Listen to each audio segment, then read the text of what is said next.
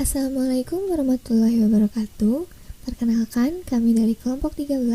Kami beranggotakan Apipin Muhammad, Muhammad Rizky, dan Zahra Nadira.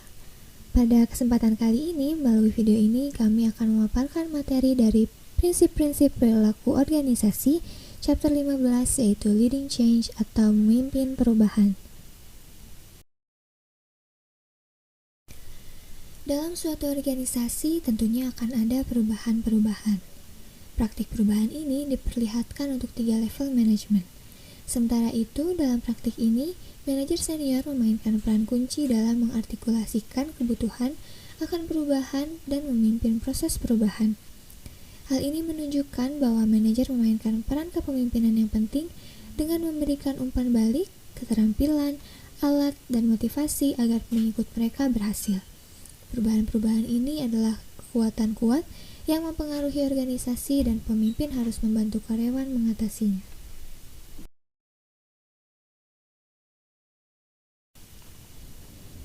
Selanjutnya ada faktor-faktor yang mempengaruhi perubahan agar berhasil.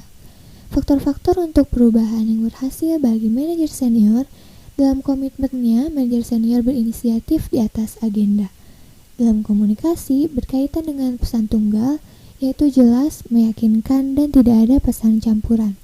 Dalam insentif finansial, memberi penghargaan kepada manajer senior apabila inisiatif berhasil.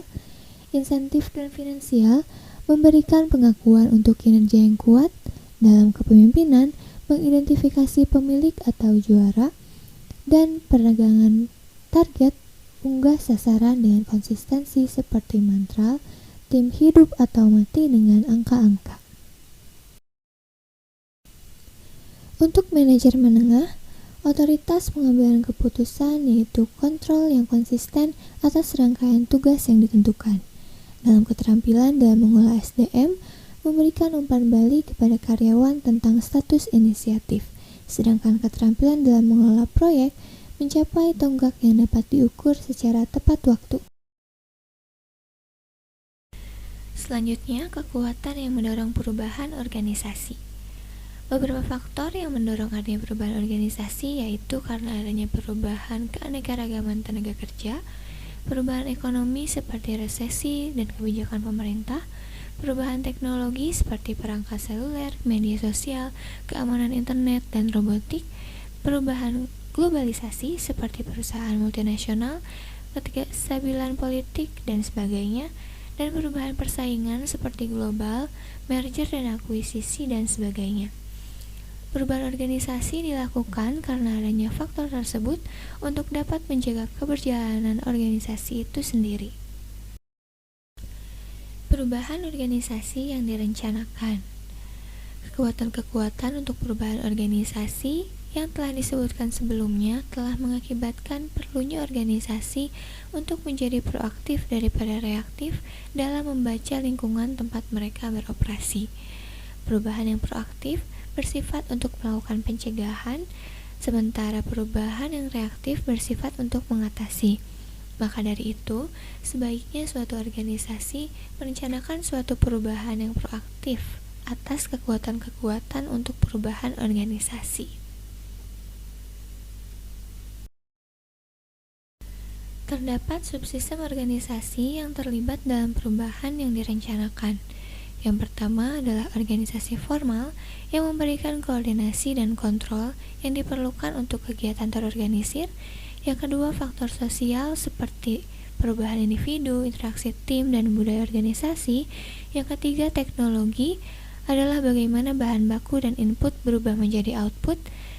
Dan yang keempat, pengaturan fisik seperti karakteristik ruang fisik dan bagaimana pengaturannya.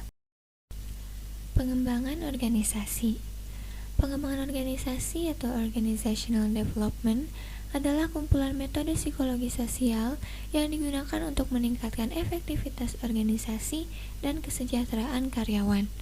Penerapan praktis intervensi pengembangan organisasi ini didasari organizational behavior sebagai teori dan penelitian.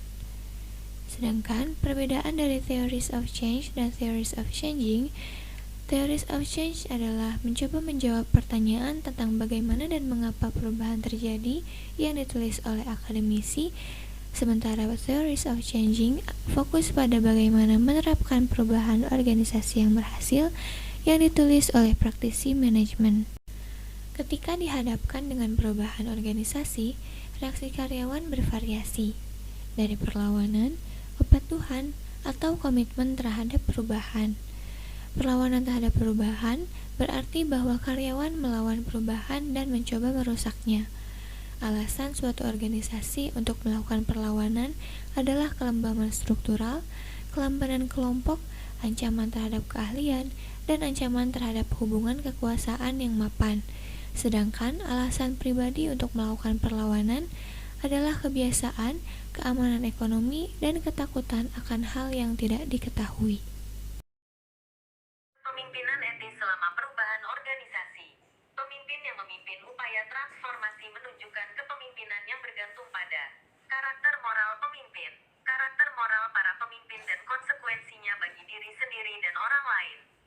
Nilai etis yang tertanam. Nilai-nilai etis yang tertanam dalam visi, artikulasi, dan program para pemimpin yang dapat dianut atau ditolak oleh para pengikut. Moralitas keseluruhan.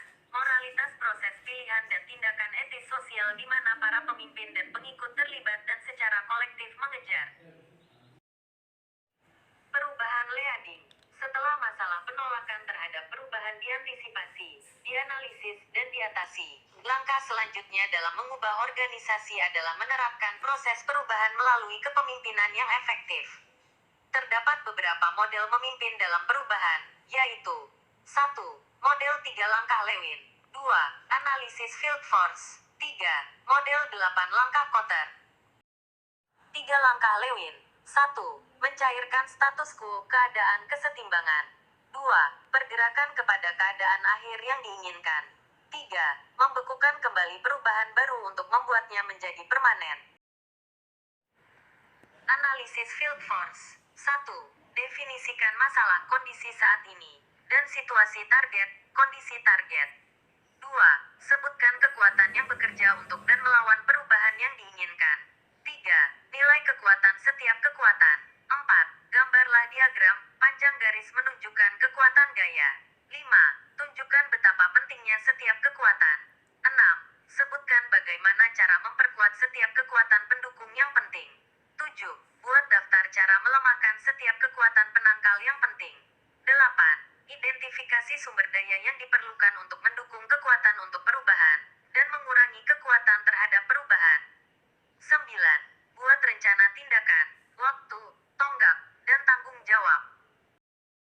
8 langkah Kotter. 1. Ciptakan kebutuhan mendesak. 2. Bentuk kelompok pemandu. 3. Bentuk visi dan inisiasi strategis. 4.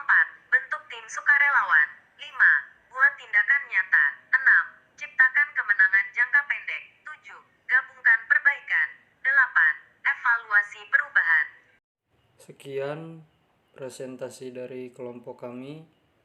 Semoga bermanfaat bagi semuanya. Wassalamualaikum warahmatullahi wabarakatuh.